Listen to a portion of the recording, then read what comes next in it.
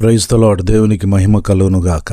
నిజమైన అపోస్తలిక సంఘం పరిశుద్ధాత్మ ప్రభావం చేత పేతురు నోటిలో నుండి బయటికి వచ్చిన ప్రతి మాట వలన హృదయములో నరకబడి పాపముల విషయమై పశ్చాత్తాపడి మారుమనసు పొంది నీళ్ళలో బాప్తిస్మం తీసుకొని సంఘములో చేర్చబడి అపోస్తలుల బోధలో, సహవాసములో, రొట్టె విరుచుటలో, ప్రార్థన చేయుటలో ఎడతెగక కొనసాగిన ఆ సంఘమే ఆదిమ సంఘముగా అపోస్తుల ద్వారా దేవుడు ఏర్పరిచినటువంటి బలమైన సంఘముగా స్థిరపరచబడ్డది. ఆది అపోస్తులు వేసిన పునాది మీద కట్టబడుతూ క్రీస్తు యొక్క మహిమగల రాకడ కొరకై సంపూర్ణంగా తను తాను సిద్ధపరుచుకుంటూ ఈ లోకమును దేవుని రాకడ కొరకు సిద్ధపరిచేదే అపోస్తలిక సంఘం. కనుక దేవుని సన్నిధానములో ఈ మాటలు వింటున్న ప్రియ దైవ జనాంగమా, దేవుని బిడ్డలారా, సంఘం అంటే సత్రము కాదు, సంఘం అంటే సంత కాదు, సంఘం అంటే ఎవరి ఇష్టానుసారంగా వారు ప్రవర్తిస్తూ దొంగల గుహగా, వ్యాపారపు టిల్లుగా మార్చుకునేది కాదు. సంఘము జీవం గల దేవుని సంఘము.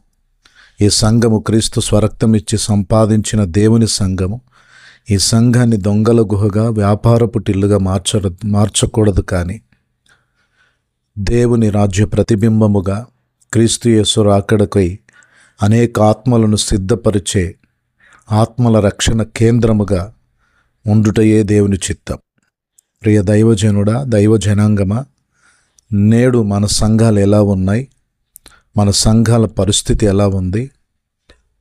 అపోస్తులు, ప్రవక్తలు వేసిన పునాది మీద కట్టబడుతున్నాయా? లేకపోతే భిన్నమైన సిద్ధాంతాల మీద, వక్రీకరించిన వాక్య విరుద్ధ బోధల మీద కట్టబడుతున్నాయా? పరీక్షించుకుంటూ సత్యబోధకు చెవియొగ్గి కల్పనా కథల వైపు తిరగకుండా దేవుని చిత్తానుసారమైనటువంటి దైవిక పరిచర్యలో కొనసాగుతూ దేవుని కొరకు చివరి దినాల్లో మండుచున్న సంఘాలను దేవుని కొరకు కడుతూ ఆత్మల భారముతో నింపబడి దేవునికి మహిమకరమైనటువంటి వ్యక్తులుగా జీవిస్తూ ఆయన ప్రణాళికను అనుసరించి ఆయన చిత్తానుసారంగా మన జీవితాలను దేవునికి సమర్పిస్తూ ముందు కొనసాగుదాం. అటువంటి దైవికమైన నడిపింపు, కృప, ఆత్మల భారం, సంఘములను గూర్చిన చింత దేవుడు మనలో ప్రతి ఒక్కరిలో దినదినము అధికము చేయునుగాక.